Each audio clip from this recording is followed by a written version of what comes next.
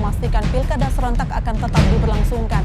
Meski sejumlah pihak meminta agar kontestasi pilkada serentak 2020. Meski di tengah pandemi COVID-19, KPU mengizinkan gelaran konser musik dalam rangka kampanye pilkada serentak 2020. Di masa pandemi ini, maka ketentuan yang berlaku dalam hal jumlah pendukung yang hadir dalam satu kampanye dalam COVID, maka itu tidak memberi kepastian karena tidak ada satupun orang atau lembaga yang bisa memastikan kapan COVID-19 akan berakhir.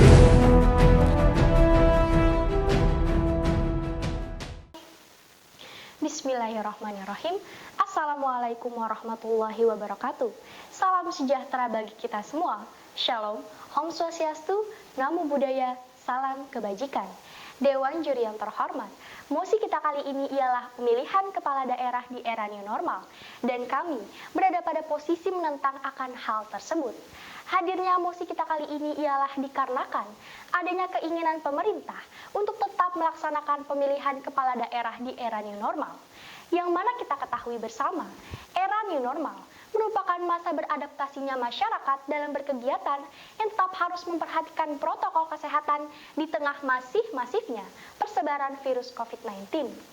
Keinginan pemerintah tersebut ialah dilandasi bahwa pilkada yang merupakan kontestasi penyaluran suara rakyat daerah dalam menentukan nasib dan keberlanjutan daerahnya merupakan suatu hal yang mutlak dan tidak dapat diganggu-gugat.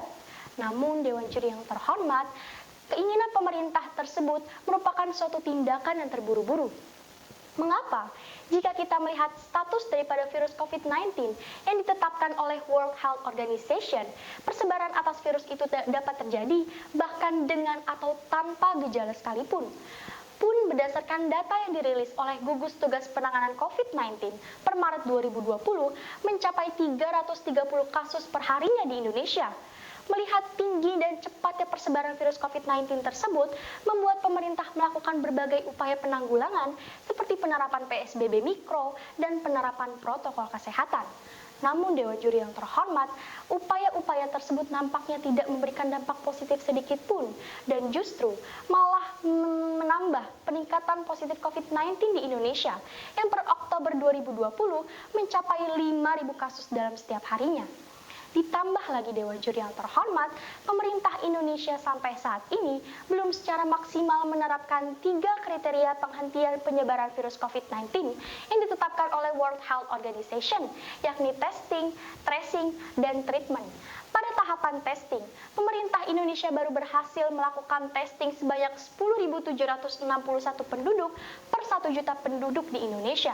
Pada tahapan tracing, pemerintah Indonesia baru berhasil pada skala 3,3 dari skala 10 sampai 30 yang ditetapkan oleh World Health Organization. Dan pada tahapan treatment, pemerintah Indonesia masih memiliki banyak kekurangan dalam penyembuhan pengidap positif COVID-19. Salah satunya masih kurangnya sumber daya tenaga medis dan pengadaan alat kesehatan yang belum secara merata terpenuhi di seluruh rumah sakit di Indonesia. Lantas Dewan Juri yang terhormat, menjadi pertanyaan mendasar bagi kami ketika melihat banyak kekurangan dan ketidaksiapan pemerintah dalam menghentikan penyebaran virus COVID-19 dan memaksakan adanya pemilihan kepala daerah, bukankah menjadi klaster baru dalam persebaran virus COVID-19 di Indonesia?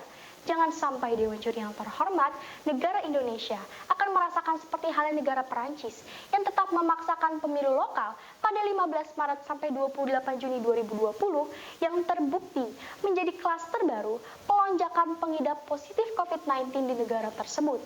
Maka Dewan Juri yang terhormat, alangkah menjadi suatu tindakan yang solutif ketika pemerintah lebih mendahulukan adanya penghentian persebaran virus COVID-19 dan menunda adanya pelaksanaan pemilihan kepala daerah dalam rangka untuk mewujudkan perlindungan hak warga negara dalam memperoleh kesehatan sesuai amanat Undang-Undang Dasar 1945 dan dalam rangka menciptakan iklim demokrasi yang berkualitas dan berintegritas. Sekian, terima kasih dan salam konstitusi.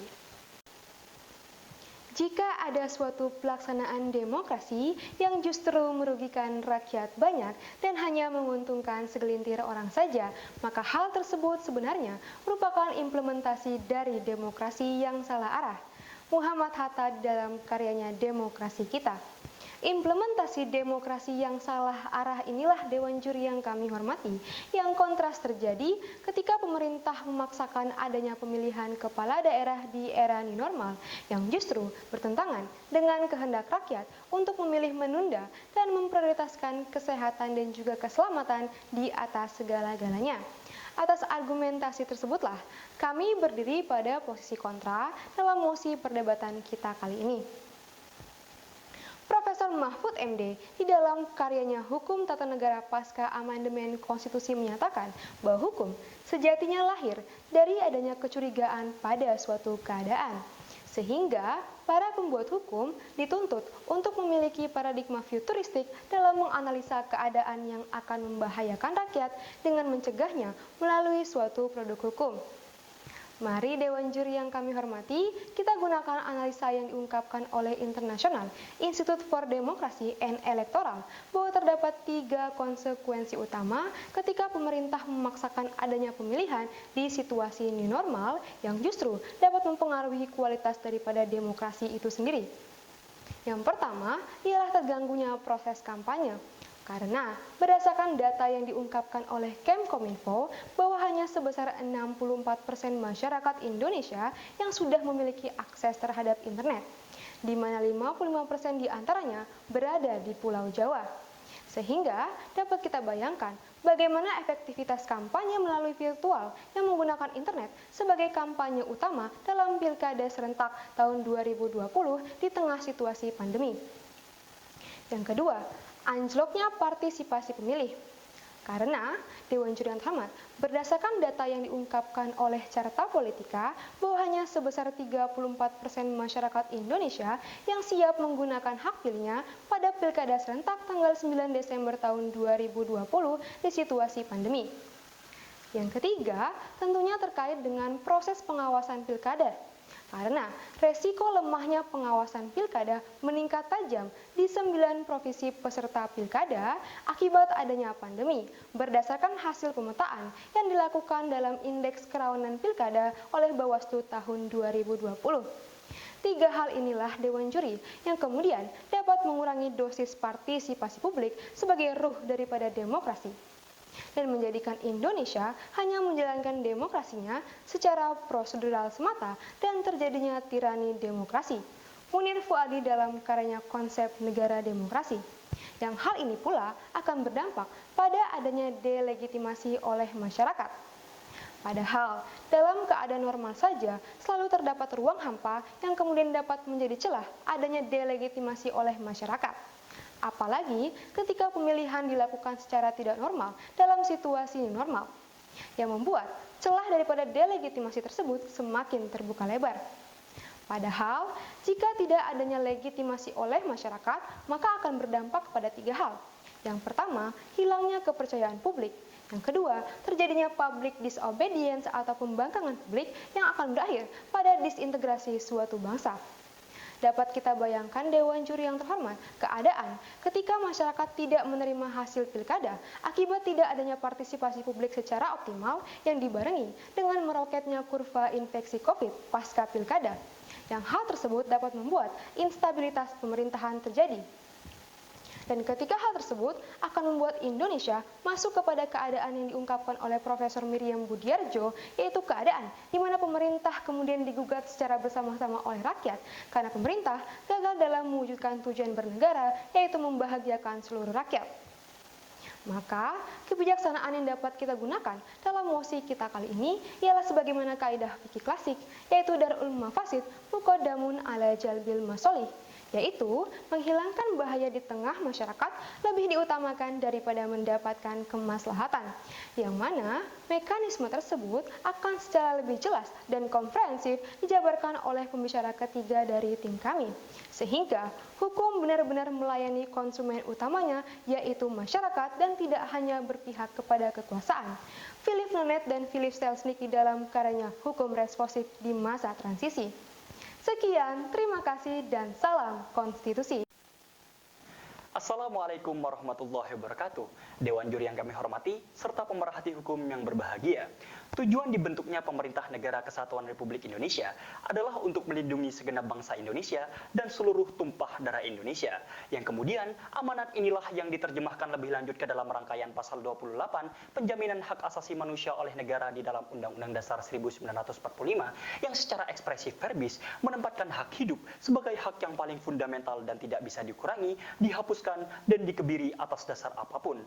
Yang jika kita vis-a-viskan dengan pasal 18 ayat 4-nya yang menjadi dasar pelaksanaan pilkada dengan menggunakan optik demokrasi konstitusional, maka kita akan melihat bahwa seharusnya legitimasi demokrasi ialah mengacu pada keselamatan rakyat sebagai hukum tertinggi, salus populi suprema lex, dan bukan malah sebaliknya, Dewan Juri yang terhormat. Sehingga dengan demikian, pemaksaan pelaksanaan pesta demokrasi di tengah situasi dan kondisi yang tidak normal akibat krisis kesehatan ini adalah sebuah pengkhianatan terhadap demokrasi itu sendiri, karena pada hakikatnya tidak ada suara yang dapat dibayar seharga nyawa. Maka berdasarkan pijakan tafsir konstitusi tersebutlah kami menolak pelaksanaan pilkada 2020 di era new normal ini. Dewan Juri yang kami hormati, mari kita coba untuk mengeksaminasi apakah pemerintah sudah berada pada koridor yang tepat dalam konteks penyelenggaraan negara dewasa ini. Pertama, jika kita tinjau narasi kebijakan publik yang dibentuk oleh pemerintah sejak awal ditetapkannya kenormalan baru berupa peraturan pemerintah nomor 21 tahun 2020 tentang PSBB dalam rangka percepatan penanganan COVID-19 jungto peraturan Menteri Kesehatan nomor 9 tahun 2020 tentang pedoman PSBB dalam rangka percepatan penanganan COVID-19 dan peraturan-peraturan turunan lain yang berada di tingkat pusat maupun di tingkat daerah, yang ternyata pada faktanya berbagai peraturan tersebut memiliki daya implementasi yang sangat lemah, di mana hal ini dapat kita buktikan dengan meningkatnya angka kematian COVID-19 hingga menyentuh angka 12.347 jiwa, Dewan Juri yang terhormat. Maka amat sangat disayangkan ketika kegagalan pemerintah dalam menekan angka kematian COVID-19 justru diikuti oleh KPU dengan tetap menerbitkan PKPU nomor 13 tahun 2020 yang mengacu pada Undang-Undang nomor 6 tahun 2020 tentang penetapan Perpu Pilkada yang menganulir pilkada untuk dilaksanakan dengan dalih tetap melaksanakan protokol kesehatan. Padahal pada titik inilah rakyat akan melihat bagaimana keberpihakan pemerintah yang sesungguhnya, apakah pada penanganan COVID-19 atau berpihak kepada segelintir elit kekuasaan yang memiliki hajat di dalam pilkada ini. Pun, jika kita melihat aspek pendanaan anggaran pilkada yang bersumber dari APBN dan APBD, tentu hal ini akan sangat membebani keuangan negara di tengah pandemi. Mengapa? Karena terhitung sampai dengan Agustus 2020, APBN kita telah mengalami defisit sebesar 500,5 triliun, Dewan Juri terhormat, dan semakin memburuk dengan hadirnya resesi ekonomi pada kuartal ketiga. Padahal, di dalam Undang-Undang nomor 2 tahun 2020 tentang kebijakan keuangan negara dan stabilitas sistem keuangan untuk penanganan pandemi COVID-19 telah memperingatkan bahwa di saat perekonomian kita sedang mengalami defisit baik dari sisi pendapatan negara, sisi belanja negara maupun sisi pembiayaan, maka yang seharusnya diutamakan adalah respon kebijakan untuk memulihkan keuangan negara dan sektor fiskal dengan berfokus pada peningkatan belanja untuk mitigasi resiko kesehatan, melindungi masyarakat dan menjaga aktivitas usaha. Ini artinya pelaksanaan pilkada bukanlah termasuk ke dalam agenda esensial tersebut. Kami pun memahami, Dewan Juri yang terhormat, bahwa dengan tidak dilaksanakannya pilkada akan terjadi kekosongan jabatan dan kekhawatiran akan instabilitas pemerintahan. Namun, kami hadir di sini untuk menjawab dengan mekanisme dan solusi yang nyata sebagai berikut. Yang pertama, dengan menggunakan pola pengisian jabatan dengan mengangkat penjabat sementara sesuai dengan Undang-Undang Pilkada nomor 6 tahun 2020, pasal 201 ayat 9 dan 10 yang menyebutkan bahwa untuk mengisi kekosongan jabatan kepala daerah diangkat penjabat gubernur, penjabat bupati, dan penjabat wali kota sampai terpilihnya kepala daerah yang baru, di mana penjabat gubernur dapat diangkat dari jabatan tinggi media dan untuk bupati atau wali kota diangkat dari jabatan tinggi pratama, sehingga instabilitas pemerintahan seperti yang diasumsikan oleh pihak yang mendukung pilkada tidak dapat dibuktikan. Dan yang kedua adalah dengan mensatuvisikan seluruh stakeholder di dalam tahapan pilkada, yakni partai politik sebagai peserta, DPR sebagai regulator, Presiden sebagai pemegang kendali, dan KPU sebagai pelaksana untuk menunda pemilihan kepala daerah hingga pemerintah mencabut status penerapan new normal dengan mengacu pada pertimbangan bahwa pilkada bukan merupakan hal yang mendesak untuk dilaksanakan. Dan yang ketiga adalah dengan mengutamakan pembuatan vaksin dan melakukan vaksinasi secara masif untuk menyelamatkan rakyat Indonesia. Maka berdasarkan narasi sosiolegal tersebutlah pada akhirnya mengantarkan kita pada poros pemikiran Profesor Muhtar Kusuma Atmaja bahwa hukum harus bisa dijadikan sarana untuk memecahkan problematika dalam penyelenggaraan negara. Sekian dari saya dan salam konstitusi.